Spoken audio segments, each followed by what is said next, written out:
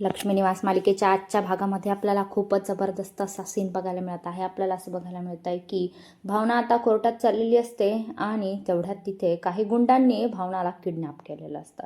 तो दुसरं कोणी नसून रवीनेच भावनाला किडनॅप केलेलं असतं. कारण की भावना आणि श्रीकांतची भेट झालेली असते. श्रीकांतने भावनाला सर्व सत्य सांगितलेलं असतं आणि आता भावनाने श्रीकांतला लपवून ठेवलेलं आहे आणि त्याचाच शोध घेण्यासाठी भावनाला किडनॅप केलेलं असतं. श्रीकांत कुठे आहे ते फक्त भावनालाच माहिती असतं. रवी तिला विचारतो आहे की श्रीकांत कुठे आहे, परंतु भावना अजिबात हे सांगत नसते. त्यानंतर रवी आता भावनाच्या तिथे पूर्ण रूममध्ये विषारी वायू सोडतो आहे, जेणेकरून भावना तोंड उघडेल. पण तिला वाचवायला आता श्रीकांत तिथे पोहोचलेला असतो.